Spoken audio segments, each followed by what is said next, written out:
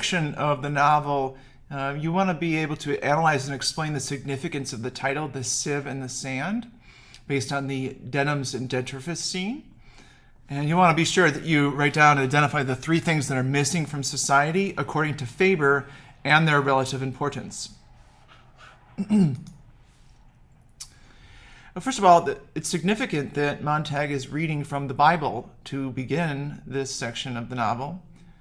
This is a sieve, in case you don't know. The analogy is the mind is like the sieve.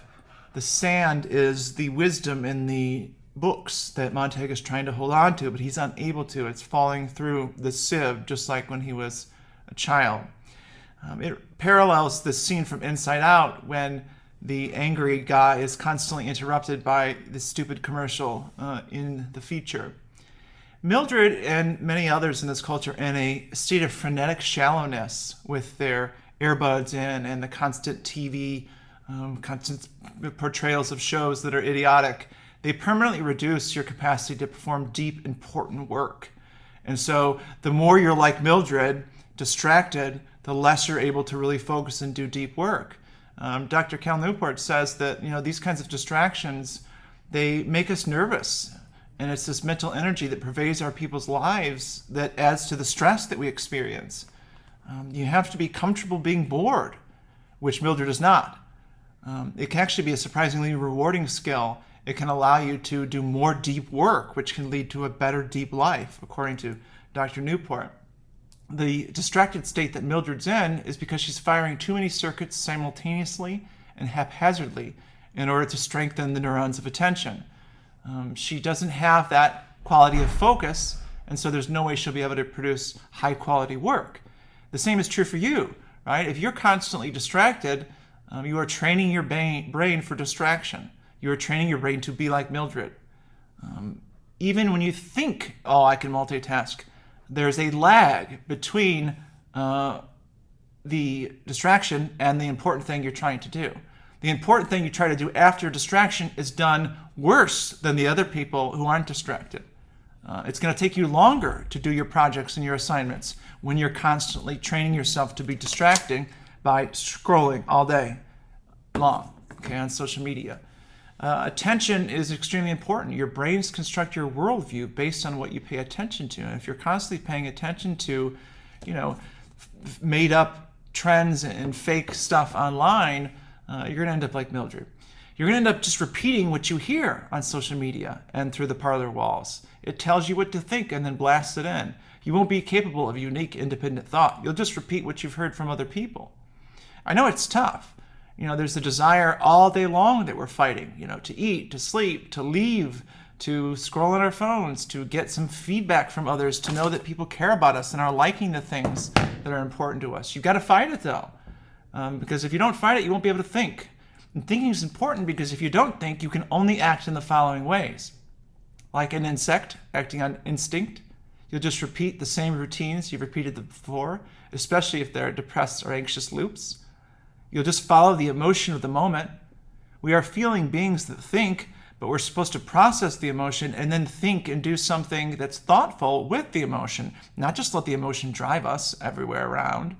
And then you'll end up just doing what someone else decides and orders, just like Mildred. This is what the power elite in all nations want from you. The Chinese government does not want the Tibetan people to think, or to read, which can get you thrown in prison for a year or 3 years. In Tibet. You need space to breathe, to think, quiet. But instead, all you get is 5-second sound bites that, are people just repeating what they've heard elsewhere. There's no Plato, there's no Shakespeare. Christ, he's just one of the family. He's just a TV character now. He's used to sell stuff. He's not divine, he's not important. When you take away religion and God from a culture, the culture devolves. It's a fact.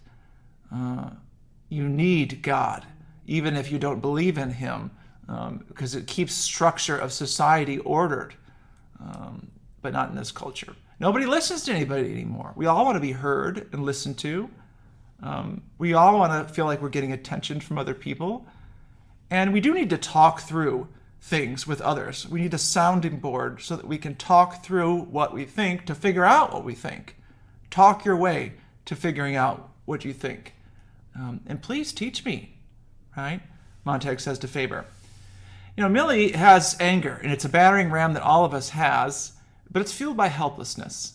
And underneath that helplessness is incredulous fear.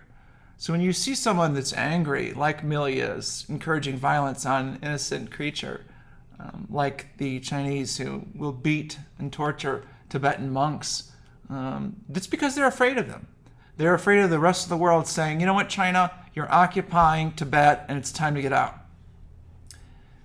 In the novel, there's this story. Hercules is extremely powerful, but he's fighting a wrestler who's invincible when his feet are touching the earth. So what does Hercules do? He picks up the guy and squeezes him to death. We're in the same situation in 451 culture. We're rootless. We're perishing because we don't have grounded roots. Those roots are about culture, art, books, socialization, conversation, meaning making, nature, hiking, laughing, compassion, right? You have to be married with the world in order for the world to produce any fruit, but you're unable in this culture to be married with the world because distractions fuel your whole life. When you're in school and you're doing an assignment, you have to think like a craftsman. Montag has to think like a craftsman too. Montag can't see an end culture where he defeats Beatty, but he can see one thing in front of his face, right? A stonecutter cuts one stone, but he has to understand that stone's going to be part of a cathedral. And so he's got to take pride in cutting that one stone to know how important it will be for the cathedral to stand. Each assignment that you create in your schooling, that's one brick in the cathedral of your education. They all matter. And same thing is true with Montag, right? This decision to rebel matters, okay? And it's providing an ordered world of meaning that is being created for Montag and for Faber. And he says, Montag does, his first creative, unique, insightful thought the whole novel, when you've nothing to lose, you run any risk you want. Freedom is just another word for nothing left to lose. I think of Janis Joplin there. But boom, you said it, an interesting thing, but you didn't have to read it. That's great, this is good news. But there are still 3 things missing from society, Faber says in this section. They include quality information. They have information, but it's garbage. Just like TikTok, lots of garbage trends. But there's also quality that you can learn things on TikTok too, right? Depends on what you're looking at. So you're missing quality information. You're missing the leisure time to digest it. You need that quiet time. You need those reflection periods following learning. If you're constantly stimulated, you can't learn as effectively as people who are stimulated and then take a break and process, okay? And so the third thing is the ability to take action based on what you read and learn about. If you don't apply the wisdom you're learning, it's useless.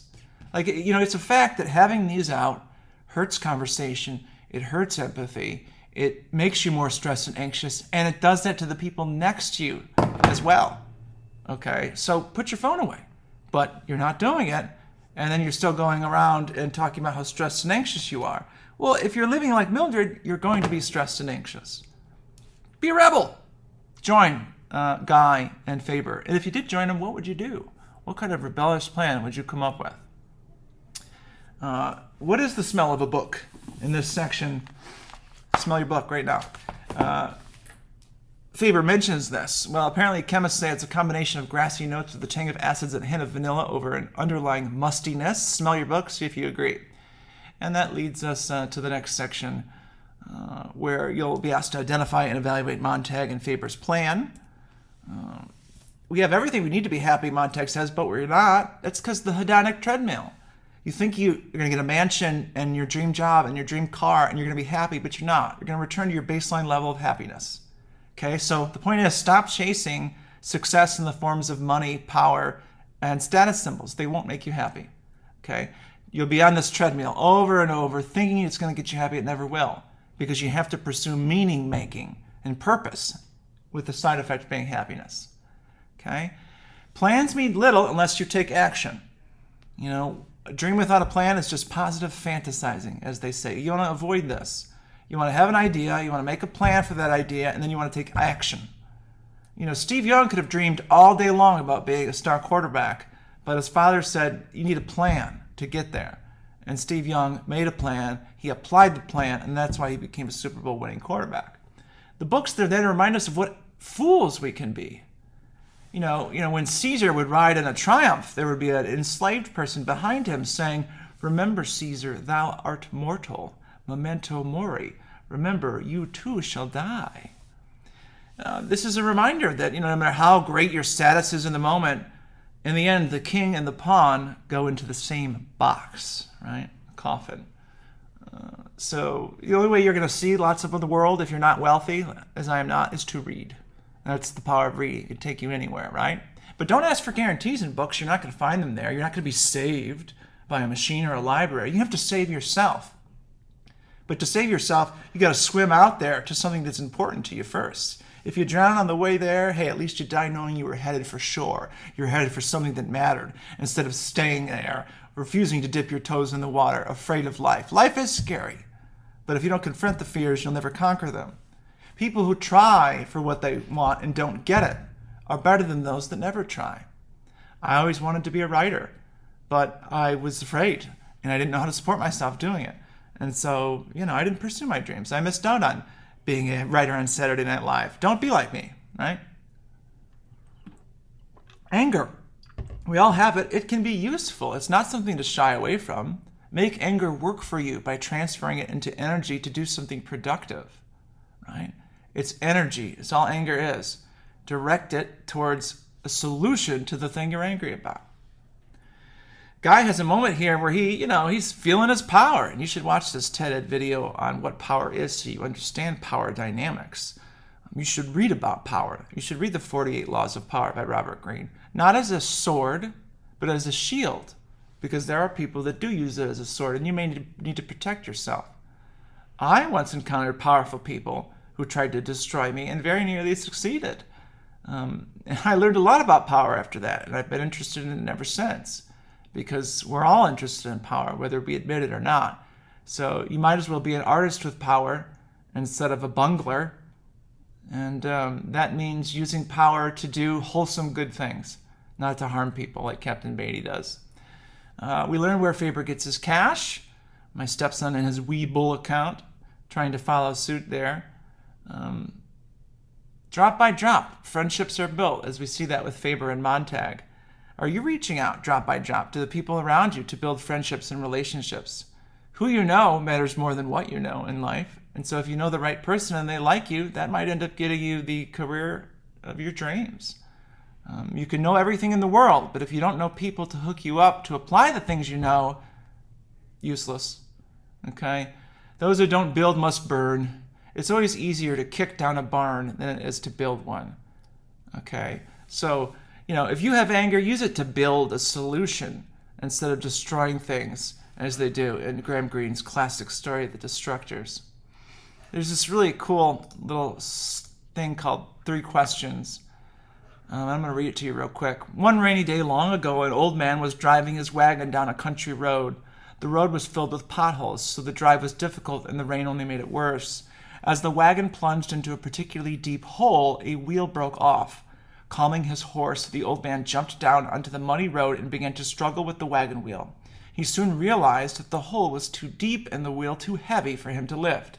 As he stood there, wet and cold, he heard footsteps running toward him.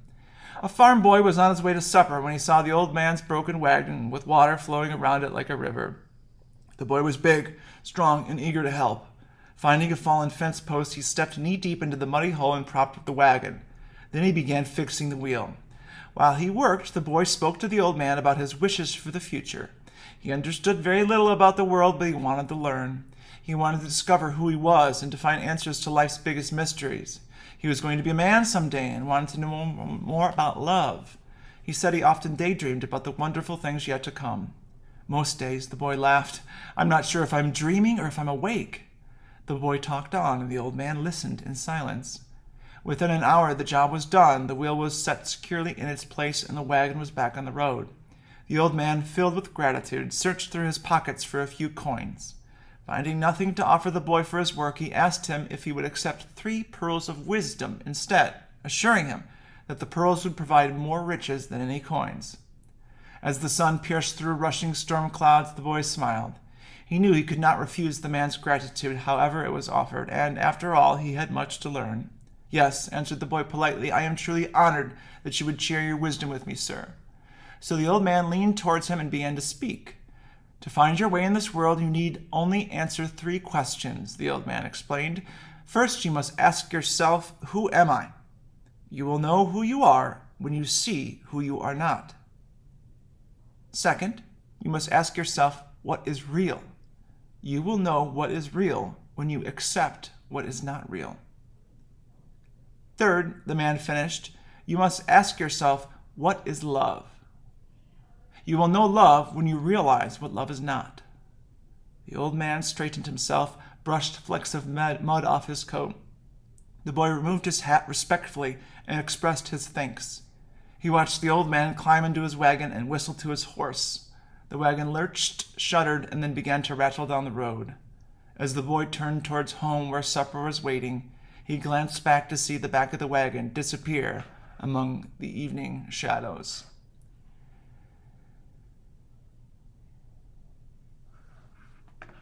Who am I? Montag's got to figure that out, as you do too. Negative knowledge helps you see that. Negative role models are people you don't want to be like. They're helpful. Do the opposite of what they do. That's going to help you figure out who you are. Second, just like Montag, you have to figure out what's real. You'll know what's real when you accept what is not real. Third, what's love? Again, negative knowledge is important. When you see what love is not, you will know what love is. And so pay attention to those negative influences in your life and do the opposite of what they do. Perhaps that's something that Montag can employ as he does the opposite, perhaps, of what Captain Beatty would do. All right, I'm going to stop there today.